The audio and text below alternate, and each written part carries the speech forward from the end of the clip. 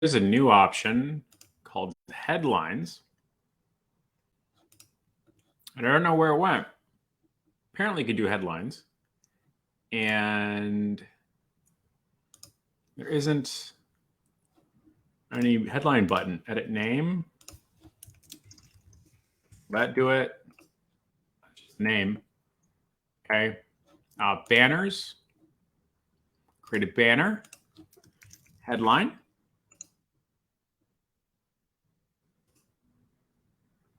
No, that did nothing. One of these days, it'll figure itself out. Eventually, sooner or later, one of these days. Either way, what's going on, everybody? Pleasure to have you. Happy to be here. I genuinely hope this is worth your time, effort, attention, and I want to be a good custodian of those things. And this is the weekly Lunch and Learn, starring this fella right here, presented by a duck. There you go. I guess my credit card declined StreamYard's charges, so now there's a duck. Look at that.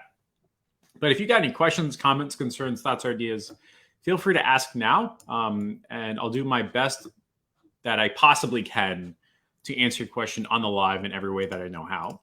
Sometimes I get it right. Sometimes I get it wrong. This is just basic rocket surgery, so stuff changes. But hey, what do you got to lose by asking, right? Maybe I get it right this time. Is this better or worse? No. Okay with that. Yeah. So open floor Q&A. Ask whatever you'd like. Here are some topics, and I'll bet my clicking is really loud because it's like right next to the mic here. But we'll see what happens. So here's some topics that we can go over. We can talk about how to make a $5,000 offer. Talk about how to go from cold to sold in less than 48 hours. That one's a killer one, by the way. Like, companies live and breathe and die and decay based not on their revenue or cash collected, not based upon their operations of their team. They grow or they show or they shrink or they die based upon how long it takes for them to take a cold person and turn that cold person into a paying customer. If you could do it in less than 48 hours, man, oh man, you are the best marketing agency in the whole world. You're going to have a great time. We can talk about how to increase show rates to 75%. We could even talk about how my current client's show rate dropped to 25%. And we're going to have to do some fixins on that and how my thought process and how we're going to triple their show rate. We can talk about callback scripts that work. So what to say on the phone with a B2B or a B2C. We can talk about how to write emails that sell. That one's super fun because email and ads are as close to magic internet print money for me today type thing. Like, I remember watching somebody at stage who had an email list of 10,000 people and said, hey, I'm going to push a button and sales are going to come in. And he pushed a button. And then his bank account just kept it wasn't his bank account, it was his payment processor.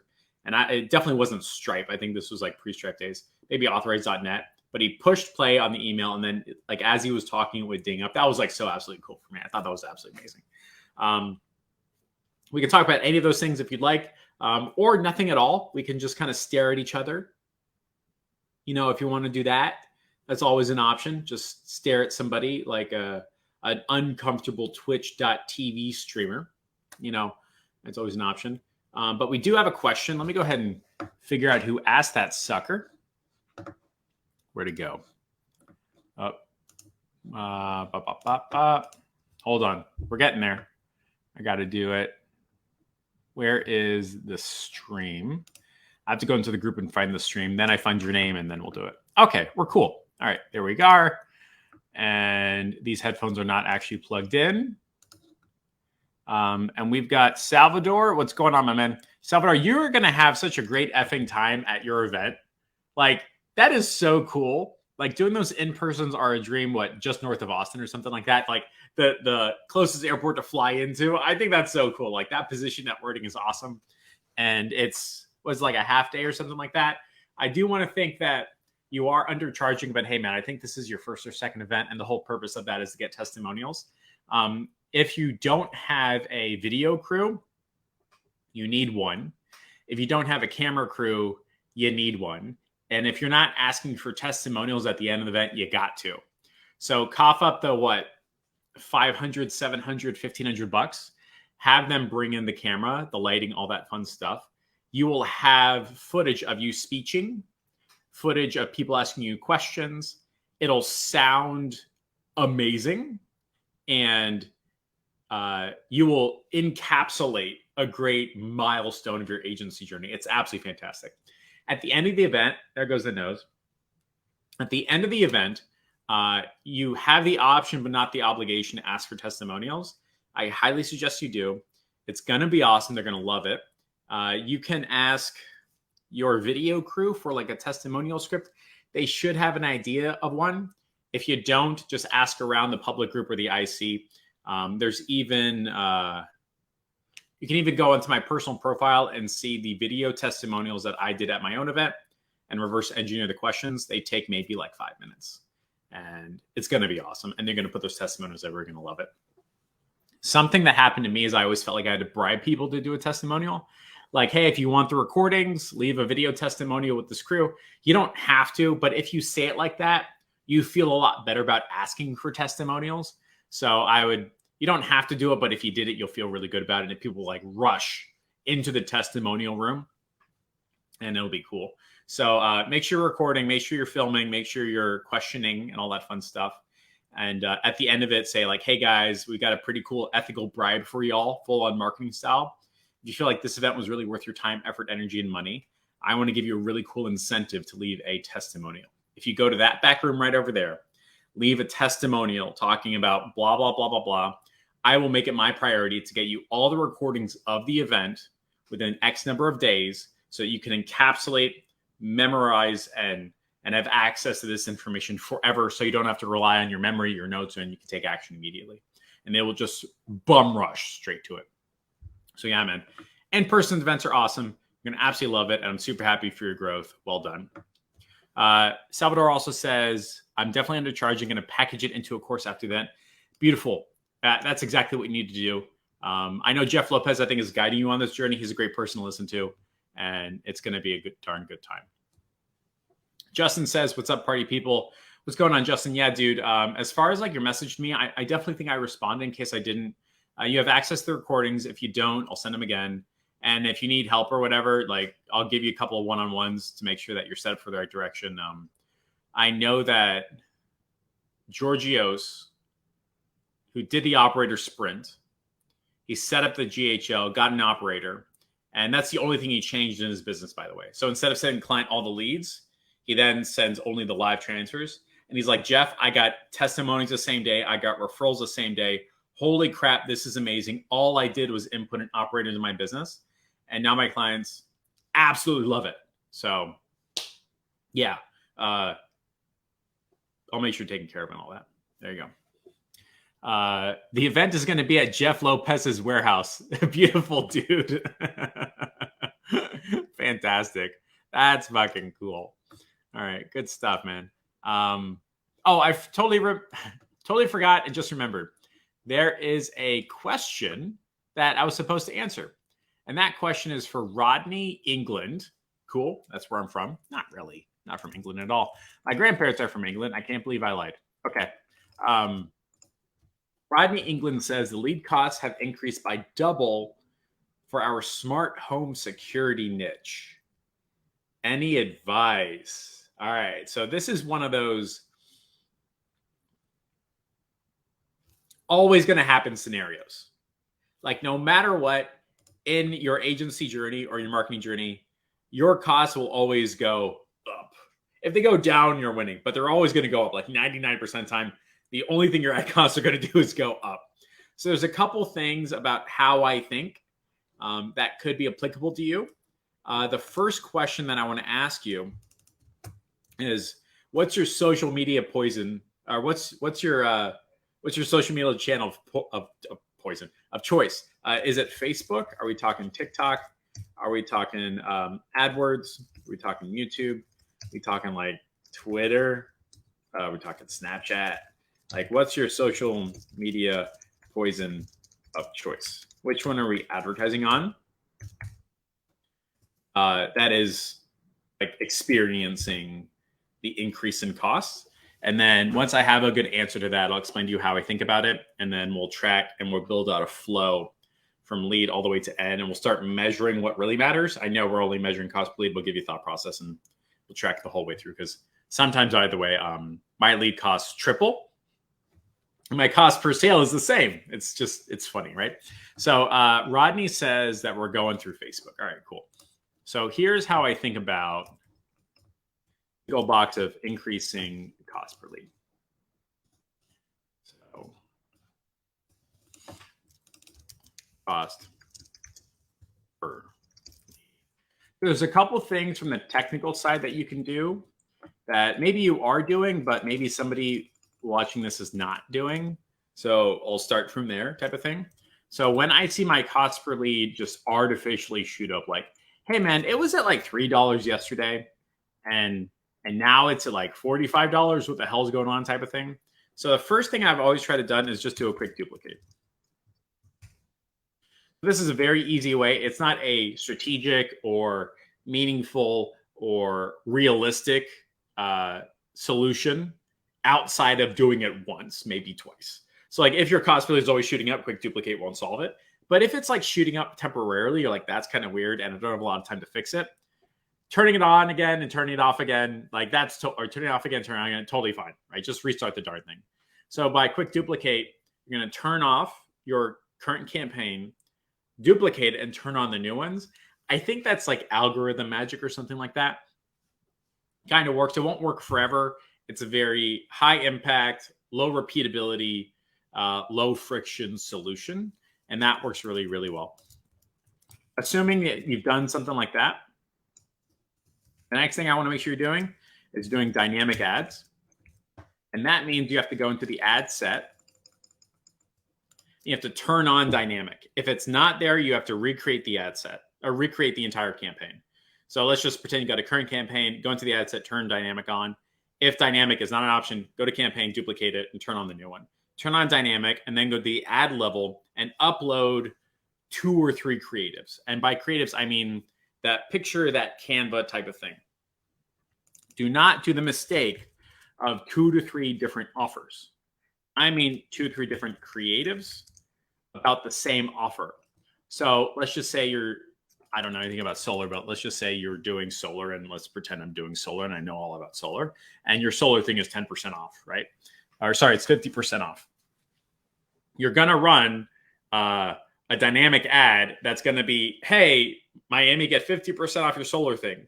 And then it's going to be, hey, Miami, get 50% off your solar thing, but it's going to be a cool little background. And then it's going to be, hey, Miami, get 50% off your solar thing. And it's going to be the words moving across the screen, right? Like it's the same 50% off, and you're just doing weird stuff to that 50% off. It could be a person talking, hey, my name is Jeff and I work for a solar company and I want to give you 50% off. If you're interested, click here now. Like don't be, hey, we're doing 50% off and then we're doing get a free leaf filter bucket with your purchase and then something else. Like those are totally different offers. So make sure it's the dynamic ad, have 2 to 3 creatives, and make sure it's the same offer. If you don't, you're going to get weird inputs and it's going to sound funky and all that fun stuff. So that's an option. You can also do dynamic and 2 to 3 different copies, words above it. As a side note, by the way, I have found that my purchasing decisions and when I advertise and I get a successful sale and their purchasing decisions are almost never made with the copy. It's usually just made with creative. But if you're the type of person that wants to do copy and all that, throw it in there as well. Make sure, again, it's about the same offer. And you can have 6 different things that Facebook can play with. And then you're off to the races pretty well. If I'm running into a scenario where I know I'm going to be hitting this like death curve, no matter what, like the cost is going up and up and up and up, quick dynamic will bring it back down. I'll still have the same curve, but it'll be a quick solution. Dynamic ads will extend the duration of my pain. So instead of running and cost per lead increasing in 36 hours, cost per lead will increase over a week or 2 weeks or something like that. So that's an option as well. These usually get people moving in the right direction quickly. And if you've done something like this, let me know. And if this is like useful for you, just kind of throw it in the comments. Let me just double check. Now that we've done the technical stuff, we'll do the creative and the strategy stuff, but we'll talk about that in a second. Let's see if Rodney has any comments or anything like that. Oh, Salvador brought something interesting, which is, do you remove underperforming creative dynamics from the dynamic creative campaigns? Yeah, so if it turns out that you've got one of these three and the red one is doing $1 per lead and the yellow one is doing $20 per lead, what I will do is I will have an internal cadence of saying, hey, it's Sunday, it's church day. Before I go to church, I'm going to check my ads.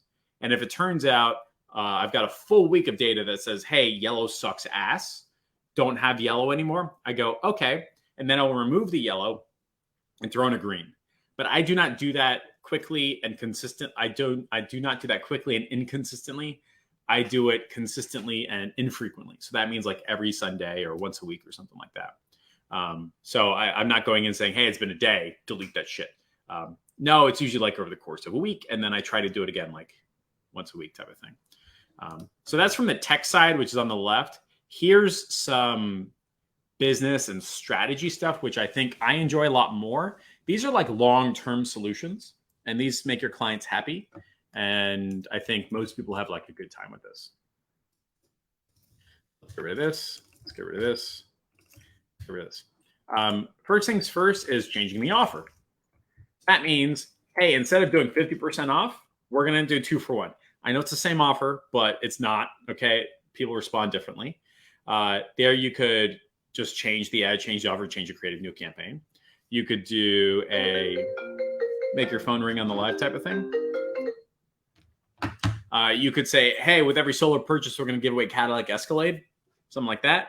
You could say, hey, if you are a homeowner in Miami and you have a 3-bedroom home and your electricity bill is more than $200 per month, click here. That's a totally different offer than the other stuff. So a brand new offer is usually like a good, consistent, reliable business strategy point of view start. Sometimes media buyers or ads people accidentally put them in a position where they can't do strategy, where they don't have that narrative. Like they just receive an order and say, well, fuck me, what am I supposed to do now? I would really recommend that you try to get ahead of that pain curve and go like, hey, Mr. Client, look, we've tested like 5 different versions of this offer. We've had 1 million people look at this stuff. Maybe it's a Facebook thing versus TikTok thing. Maybe it's a TikTok thing versus YouTube thing. Man, I'll tell you right here, like the response rate on these offers is pretty darn trashy, even when we do dynamics. And I've looked at the competition. They're running stuff that's a little bit differently. What I want to do is I want to take those offers and run it for you. Most people say yes to that. So that's an option for an offer. The second is the type of person. Let's make these bigger. Type of person you are appealing to. So instead of saying, hey, moms and dads, you say, hey, business professionals. Instead of business professionals, you say industrial, whatever, industrial things. You say commercial. Instead of minivans, you say Mustangs. Instead of creators, you say writers. So you're changing the person at the top. So the call out, the person that you're trying to target type of thing. It could be, again, if you're in solar, let's just pretend, hey, moms and dads of Coconut Grove, are you sick and tired of FP&L's bill going up 15% year over year? Finally, there's something in the marketplace that can flatten your electricity costs for life. There you go. So this moms and dads. Hey, commercial building owner. And then you just repeat the ad. Or hey, industrial, repeat the ad. Or hey, warehouse owner, or something like that. So you're just changing the person at the top to call out. There isn't really a distinct advantage in local lead gen of going into the detail target and playing with that. It doesn't quite work the same as you would nationally. You can play with it if you want. I found it's never worked for me. But changing the person can drastically and dramatically change the results of your campaign. The same way when I went agency to client, my target was implantologists, not dentists. And all of a sudden our offer worked. Like it was nuts. It was really, really cool. For the car wash, we'd have 3 different types of people. We'd have the person that's way too busy that happens to be at the mall. We'd have the mom who has a minivan with Cheetos in the car. And then we got the person whose social status or like super expensive car type of thing. So we'd have the same offer.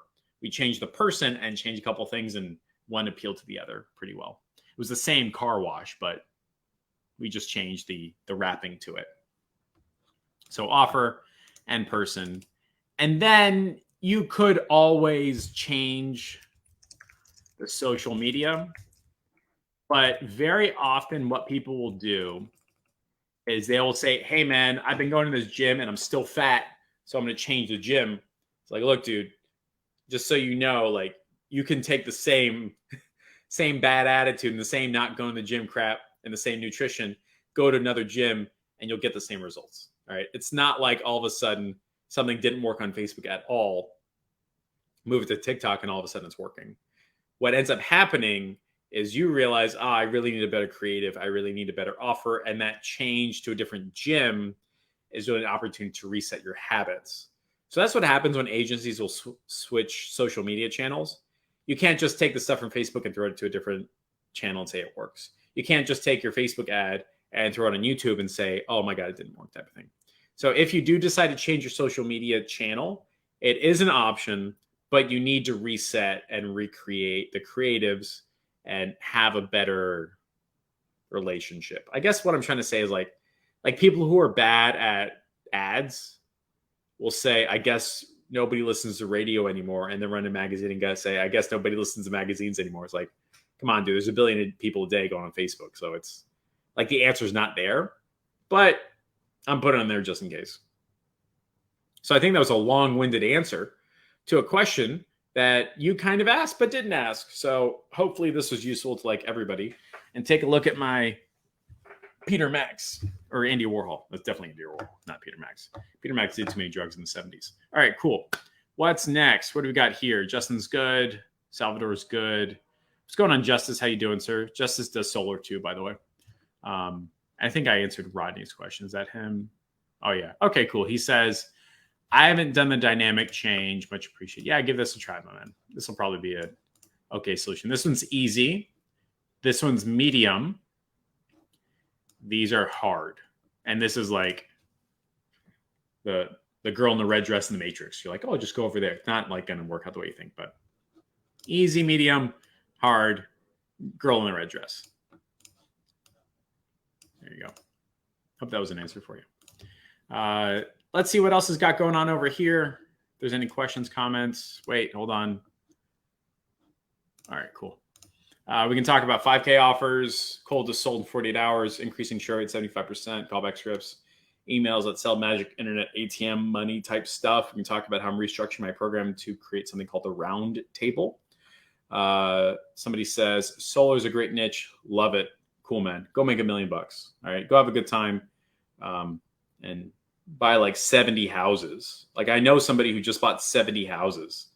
Like they bought one house every day for a whole business quarter. What the hell, right? I think it was taxes. I think that's why they did that, but that is nuts. Somebody asked a really great question, which is what's going on with your done for you clients? Great question, Salvador. So I had at one point 50 done for you clients. Let me just do this. Okay. Done for you client stuff. What's up with your done? So at one point I had 50 done for you clients. All right.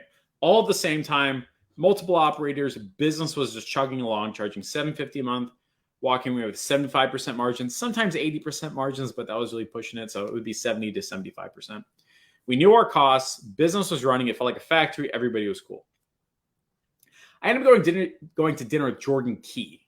Jordan Key is in the IC, had an event, is doing like a boatload of money every single month. Jordan Key is awesome. Love working with him.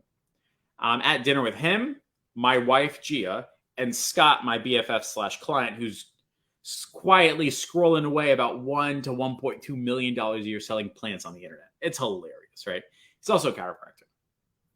Jordan says to my face, Jeff, just so you know, when you get one of those shitty $750 a month clients that don't really care, okay, that you're not changing anybody's world for, that you're not blowing up their business and changing their life for the better, just so you know, when you get a $750 a month client, you give up on somebody like me. I was like, holy shit. Like, I've never been stabbed so far in the heart. Scott goes, he's right. My wife goes, he's right. I was like, man, Jesus Christ, say that shit again. So he says it like 3 times in a row. He says, every single time you get a $750 a month client, you give up on somebody like me. And I've been thinking about that for like 2-3 months now. This was in maybe November. By the end of December, I had come to the conclusion that he is right. Think of the original IC. Christine's, Centers, Lopez's, Michael's, Jordan's, Baldeep's. Every single person of the original cohort went on to make $1 million. After that, success has been spotty at best. There's no more Christine's. There's no more Tony's. It just feels like I gave up chasing approval from dentists type of thing. I was like, holy shit, he's right. So my wife says, so what are you going to do now? I said, I think I'm going to fire everybody. She goes, okay. So I took a $48,000, 60, whatever, 50 times, whatever that number is. I took that hit. So my income every single month dropped by a significant number. And by the end of December, every single dentist was gone, except for like 2. What was interesting is I had called some of these people maybe a month beforehand, maybe 2 months. Their credit card was up for renewal. I had to get it from them again. And I had not talked to him for maybe just under a year. I didn't even remember him. He didn't even remember me. I was like, damn, man. So this is what a client relationship is like in an agency factory. So I think what I've done is I've cleaned off my table to refocus on an agency coaching program, to have more in-person events, have more quarterlies, to bump up the quality and conversation, have client success managers, and finally start moving the needle for people like me 5 years ago. Like having more Salvadors, having more Jeff Lopez's, having more Matt Frodes. You can even see it on the interviews in the public group. They have become quite sparse. So that's what happened with the Done For You clients. So I fired 48 out of the 50. I still have 2 or 3 dentists. Maybe I'll get rid of them soon. I still have a couple 5K clients, and I'm happy working with them. But I've cleared off my plate for a brand new agency or brand new client avatar, which is agency. I've cleaned off my plate for a brand new model or vehicle, which is the Done With You. And I've cleared off my plate for a different way to communicate it, which is course and in-person events and a monthly recurring. And I think the phrase is, I think Jordan then said, you've got a level 10 skill set and a level 2 opportunity. I was like, damn, he's right. So that's what's up with the Done For You dentists. What's also interesting, by the way, the agency journey from the back half of 2021 to all of 2022 was really encapsulated by a speech at Ross. I forget his last name, at Ross's marketing cruise, where I showed everybody what I was doing and how I was doing it and how I was landing clients in 48 hours, having them happily pay. Everything was up and running and just working. And at the end of it, I got a standing ovation. I said, that is the perfect cathartic close to an amazing 18-month journey. And now I have this like permission given to myself to move on to the next thing. And since then, I've started to work out more. Since then, my relationship with my wife and myself has been better. Since then, I've started to eat healthier. Since then, I've been going out more. Life has gotten a bit better since I've made that decision. And now I've done 3 events in a month, which I don't think I could have done with a self-identity tied to dentistry. So that's where we are. And that's what's up with the Done For You clients. And I figure it's honest of me to be like, hey guys, like I think I'm done with dentists for a while. I think I'm going to focus more on the agency coaching side. I will still have clients, and I think it'll be a darn cool journey for the next 2, 3, or 4 years. And we'll see what happens from there. And that also means, by the way, I'm going to be making more content, which nobody really cares about, but hey, I'm going to do it for me anyway. So cheers, everybody. We'll see what happens. So Salvador, I think that deeply answers your question. And then that's, by the way, Salvador, why I messaged you and maybe like 14 or 15 other people. I was like, if I offered a roundtable program and had daily calls where you put your team on there, like what would that look like for you? Like what would be an easy yes price point and stuff like that? And that's why I sent those messages to outline the next tier program. So the way we're going to set this up is there will be the IC, which will help you mechanize and factorize product and price, get clients, stuff like that. And then there will be the round table, which is meant for your team. So as you get your operator or as you get a media buyer or as you get XYZ person, there will be a daily call for that individual to go to keep their skills sharp so that you don't have to. So that's the plan for the roundtable, which is like the IC, you get the basics, everything's up and running. You're a little bit stressed out, a little bit stretched, but you can see the dream. And then you take extra cash, you hire a person and put them into the roundtable. And now all of a sudden it's like, hey, I have a media buyer, go to the media buying call. Hey, I've got the CEO call. I'll meet with Jeff and all the other CEOs. Hey, I've got the operator call. The operator will know how to do blah, blah, blah. Or I've got the offer call. You know what I mean? Like that type of stuff. So the whole purpose is to set that roundtable up. Now that I don't have 50 clients, I have brain space for that stuff. And I didn't have to go on a full ayahuasca trip to figure it out. So, we'll see.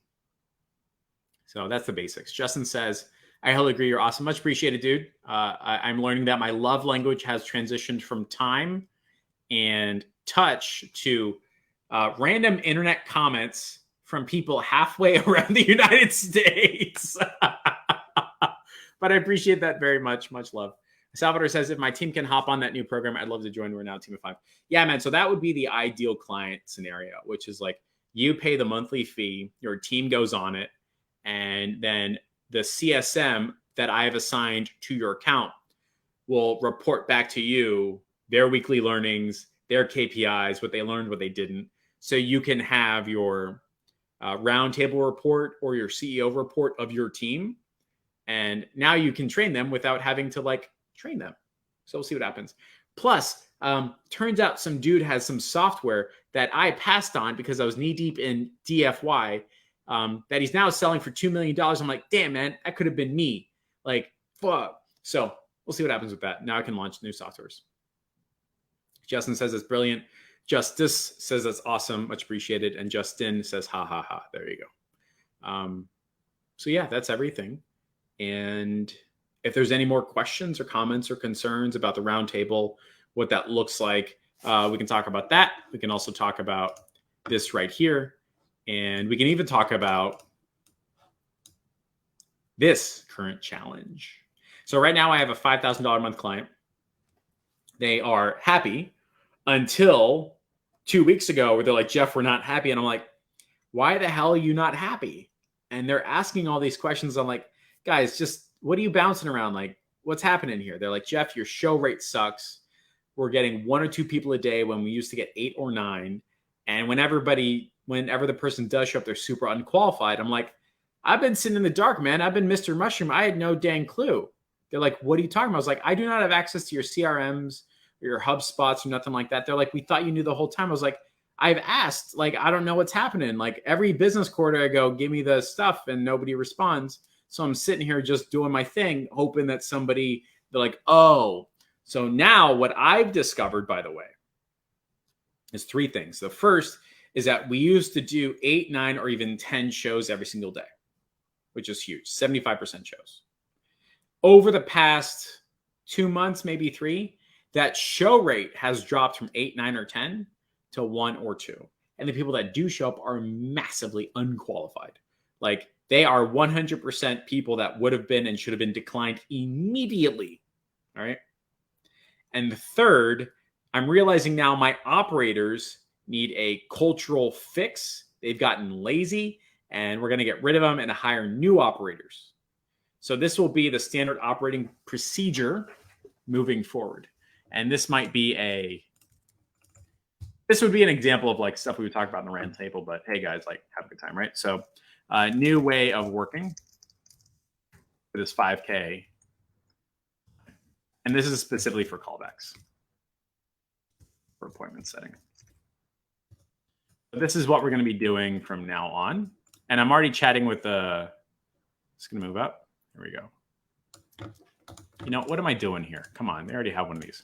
So, and I'm already chatting with one of my preferred vendors and setting this up. So here is what we're doing. And yeah, this might be useful for you. All right, so first things first is we're going to have, we're going to change a person in the ad. So in the beginning, it was like, hey, if you'd like to make blood, make blood. If you'd like to make some money donating blood, click here and sign up. Turns out we don't want that type of person anymore. We don't want somebody to come in once, donate blood, and say, see you later, goodbye. We want somebody to come in and donate consistently and repeatably. So instead of the call out of like, want to get paid to donate blood, we are changing the call out or the type of person from mentioned earlier to, are you a reliable blood donor? So we want reliability. I want people coming in once a month for their money type of thing. And then we're going to have a very strong call to action, which will be like, if so, click here and see if you qualify for up to X dollars per month or per donation. It'll be a significant amount because I've had the conversation with the client saying, hey, you just got to tell me, like, if this person comes in and they come in every month for 3 months in a row, what is that worth for you? They're going to like, oh, this is the number. It's like, great. Are you willing to pay this amount? No, this amount, give me a number. Don't lie to me. Just give me a number. They said yes. So it's going to be a scenario of like, hey, if you are this person, you are qualified. You could be you could qualify and make up to $1,500 per month if you donate blood consistently, reliably, and predictably. Cool. Yeah, I think they charge it. I think they end up selling it for more, but whatever, right? So if you qualify, you could make up to blank amount. So it's a very strong call to action, very strong bribe, very clearly like, hey, you have to do this. The lead will come in and we're going to do a welcome text. So they reply. And then the operator, so this will be a third-party company, I'm just plugging the business. The operator will do qualification. The script will have a strong emphasis on repeatability, reliability, and coming backness. So we will be asking them questions like, how often are you donating? Is this your first time donating? Are you donating elsewhere? Are you willing to change your donating facility and come to us consistently instead of going over there? Do you have consistent and reliable transportation? Are you somebody that sticks to their appointments? If we gave you an extra bonus for meeting all of your appointments, would that be interesting to you? That type of stuff, right? So instead of just booking them and saying, hey, you're scheduled to show up, we're going to be saying like, hey, we're going to have like a 7 to 10 minute conversation about, are you reliable? Are you repeatable? And what does your coming backness look like? And I can't share the exact script, but that's the philosophy. All right. From there, we have some qualification questions that matter. And then we're going to book a in-person screening. Only then will we talk about how we will pay them to take the in-person screening. What's interesting, by the way, is it used to be the opposite. We used to tell everybody, hey, we will pay you up to X dollars to donate blood and do an in-person screening. Now we are saying, hey, are you a reliable blood donor? Great, get on the phone with us. Okay, and now we're going to bribe you to come in and show for your appointment to see if you qualify, and we're going to take your blood and do a screening, right? So we're going to book an in-person screening with a bribe. That type of stuff. And then lastly, instead of letting the client just cap out their calendar up to 6 weeks in advance and then have people consistently forget and consistently no-show, we will only book 1 week out. If somebody cannot make an appointment the next week, we say, you know, Mr. Johnson, I really understand. I am super sorry about this, but I only have access to next week's calendar.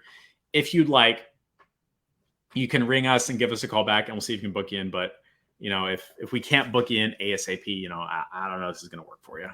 I don't have access and we're just packed out. And then that will either squeeze them to saying, okay, final time to make a show, or reorganize their schedule so that they are consistently, reliably, and predictably coming into on a monthly basis. So this will be our new way of working. I'm already finding out that, I'm already working with my preferred vendor to staff, and I'm already working with the client to adjust. And the theory is that this different way of working, which is effectively is turning everything this way. So instead of having we'll pay you for an in-person screening out in front, we say, and that instead of having we will pay you for the in-person screening out in front, and then, hey, we hope you're reliable. We're just saying, nah, we're just going to do this. We're like, hey, you're reliable, right? Great. We're going to pay you for the in-person screening. So in theory, it will take our show rate from 25% up to 75%. That's the kind of philosophy that we're doing. And this person pays us $5,000 a month. I didn't know their show was dropping because they didn't tell us anything. They were currently paying their bill. And it's times like this where it's time to earn my keep and switch this stuff around. So that's our new way of working for a $5,000 a month client. At a deeper level, what we're doing is we're changing the person that we're appealing to. So in the beginning, the person we were appealing to said, hey, did you want to go ahead and make $100 for an in-person blood screening? Now it's, hey, are you a reliable blood donor and would you like to make more money? So it's a totally different type of person. It's a totally different type of relationship. It's a totally different type of call out. And even if that person is the same person, simply starting the narrative in the ad with like, are you reliable and predictable? Would you like to make more money? Is a lot stronger pull for the right person than, hey, if you come in and then, we'll give you $100 for like your blood for a bit. So that's what we're working on. I think it'll be cool and interesting. And that's the end of that lesson. And there's nothing else to go over. So yeah, there you go. I hope that was useful for somebody. For now, last call for any questions, comments, concerns, thoughts, or ideas. Put on the board. Last call for Q&A. And then ask now or forever hold your peace. I like that. We're going to do that. Ask now or forever hold your pieces. Hold your Reese's Pieces.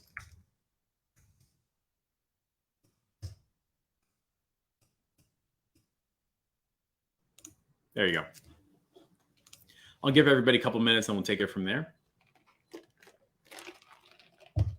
Rodney's taking care of Salvador, Justice, cool. Justin, Salvador, good stuff. Let me refresh, make sure the comments are there. And Daniel Tapia is here. What's good, my man? Yeah, I think that's it. Oh, great question, Jake Raddick. Jake, you're in the IC. You should know this. You should 100% know this. It's cool you're asking. I just got to razz you a bit. Fastest way to go from $0 to $1 in a new space and new service. This is a great philosophical question, by the way. This is how do I hunt? It's useful to know how to do this, not just from like an ad side, but from a business side and a person side. Like, how do I go from 0 to what I want with nothing? That's what you're saying. How do I go from 0 to what I want with nothing? Not necessarily the dollars. We just happen to be in marketing. He says, appreciate the answer, even though you called me out. Yeah, dude. Come on the Friday call. I'll answer it in depth. But what you're asking is, how do I go from 0 to the thing that I want with nothing that I think I need? So here's a couple things that you can do and use that are specific to the IC type of stuff. So the first is a Madlib ad. Madlib ads are not my invention. I found them on the internet, and my value add is bringing them to people like you. There are a lot of Madlib ad templates that can be incredibly useful to you. If you understand the variables, you can plug in anything that you want. We have people getting like $3 to $4 to $5 appointments. We have somebody that used Madlib ads to get, I think it was like 5 trials. And then in 1 week, one of those trials turned into like $500 or something like that. And he paid for all the Madlib ads and gave him some profit at the end, which is pretty cool. The interesting part about trials, by the way, is like it's socially acceptable that you know nothing. They're like, yeah, man, I get it. You don't know anything. Ran 5 trials. 1 was good. 2 were and other 2 were like, bleh. So one was okay, and that person ended up paying, and now they're on a monthly contract, which is cool. Or it was a 3-month contract that they pay month to month. So Mad Lib ads are useful. You can do this if you literally know nothing, right? And there's product plus price ads.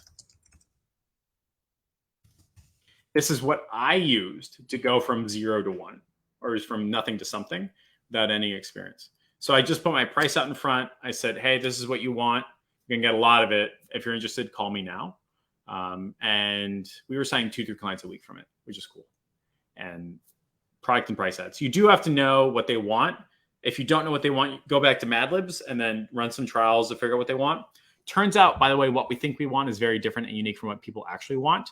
As an example, like there are a lot of people saying therapists want more patients, but all the data that I'm seeing is like, no, therapists don't want more patients. They just want more branding recognition. They want to write a book, and they want those stupid little course areas that are monthly recurring. Whether they make a little bit of money or not, they don't care, which is a lot different than having patients, right? So that's just people that ran the Mad Lib ad.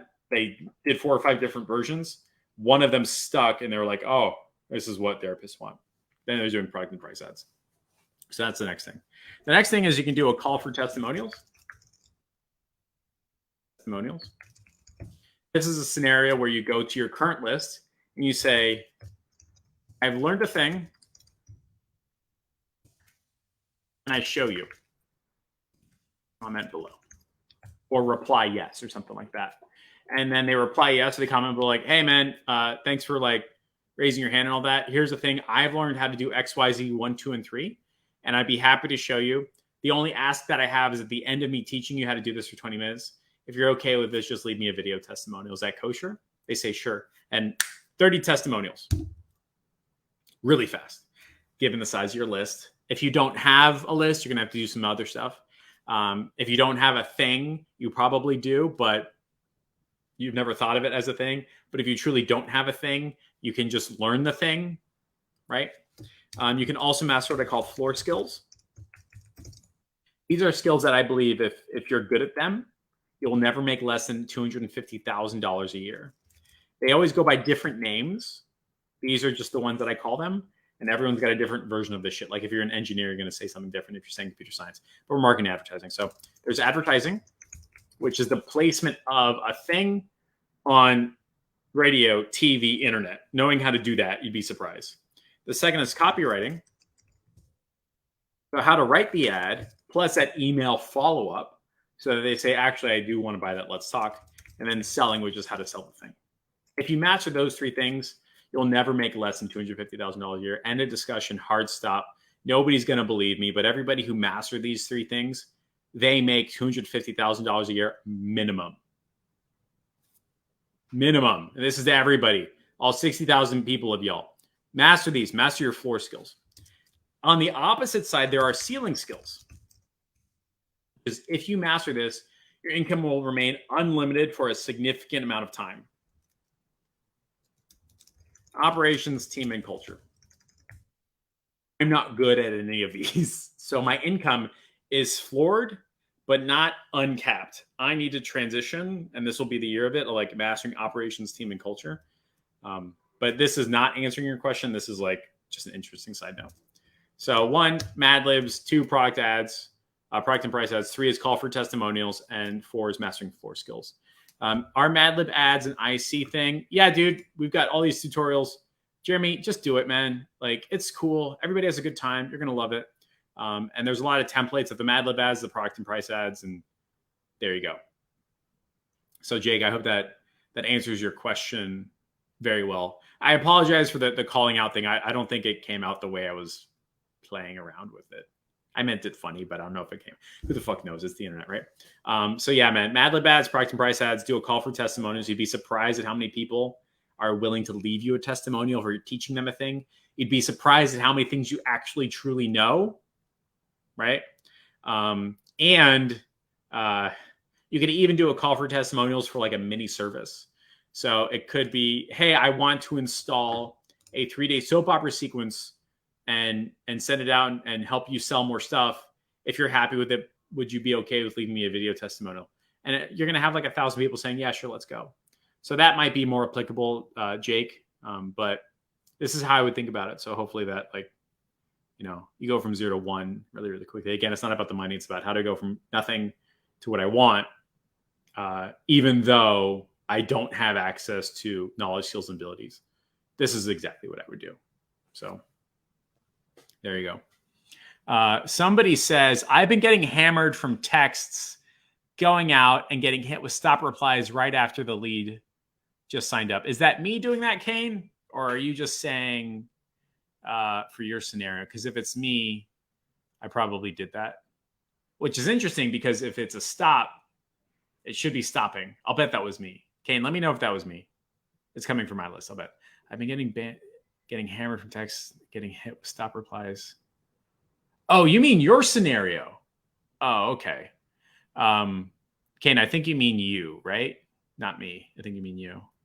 I hate this delay. I'll wait till Kane replies. Kane, need you to talking about me or talking about you? I think you're talking about you. I'm going to pretend you're talking about you. I've been getting hammered from texts, not going out. Shit, dude, I don't think I understand this question. Getting hammered from text, not going out, and getting hit with stop replies right after the lead signs up.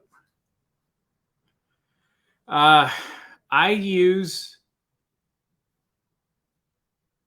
I'm teaching.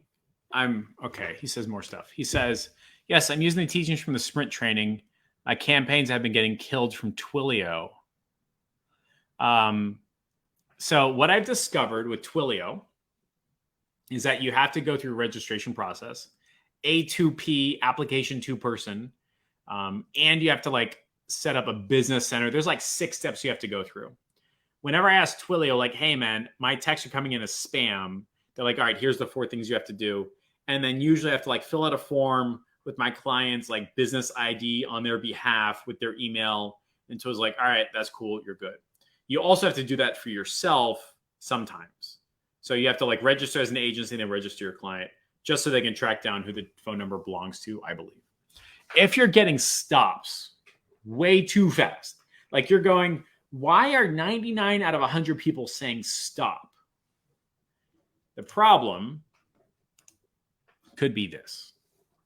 The problem could entirely be a scenario where the person that you're advertising to is not significantly interested in the offer. It could be a scenario where your offer has this risk reversal, money back guarantee. I will make you $1 million in 36 hours or I won't type stuff. That languaging, that biz-oppy marketing marketer stuff, when sent out into the real world, has a very negative response. And it'll get people to sign up. You'll have a super low cost per lead. But when you follow up with them, they're like, nope, I hate you. This is a scam. Goodbye type of thing. So that could be the next thing. It may or may not apply, but it's probably a scenario of Twilio accidentally putting your stuff into a spam bucket. So it'll appear as spam on the phone. So you just have to fill out a form with Twilio. Sometimes you have to buy a new number, but most times you fill out a form, you wait a week, and then Twilio goes, you're okay. And then your phone number no longer appears as spam, goes into the appropriate folder, and then you'll be good. But outside of going into a deep dive, all I can really do is speculate. So I hope that's okay. I've got 4 minutes left, and then I've got to boogie off. I don't think I answered your question, by the way. I don't know. Maybe I did. Like I said, unless I dive in, I can't really take a look. And I don't think you want showing your ads at Lunch and Learn. So, yeah, it's probably a Twilio thing, or your ad is too good to be true. You ever heard that type of stuff? Kane says, hello, I got your inquiry on Facebook regarding X to confirm. No, man, that's the worst. Jesus Christ, holy hand in a hell basket. No, man. Nope. No, that's the reason why. Full stop. I take back everything I said. This is why you're getting no's. Okay. I would not do that. Instead of typing this, this is why it's happening. All right. So this is very robot languaging, right? So instead of saying this, you should say, hey, this is Jeff. Did you fill out a form about blank? So reply yes. That's it. This is a person. This is a weird robot from the internet. I would reply to that immediately. Not only does it say reply stop, but more importantly, inquiry on Facebook regarding, nah, man, like be a person. If you do this, this is a much better languaging and you'll be happier. They'll be happier. Even if I signed up for a thing and I got this, I would reply stop. So yeah, do this. Did you fill out a form about an in-home inspection on your dishwasher? So reply yes. It's the same ad, man, but regarding a dishwasher. One of these feels like they sold my phone number 22 times over. One of them is like, oh, it's a person. So yeah, give that a try. This will make you happy. And now I gotta go. Now I got a boogie. And Jake, go make some money. Justin, do the sprint. Justice, I saw your post, by the way. Finally, cool. Happy you're doing the summaries. Salvador, we're going to chat about joining the roundtable. And Rodney, I think you're good. Kane, you're good. Mad Libs are a thing. Jeremy, you should join. I think that's it, guys. I'm going to go make some money. I hope you all make some money. And appreciate the feedback about the great lunch and learn. Much love. That's it. See you guys later, right? Bye.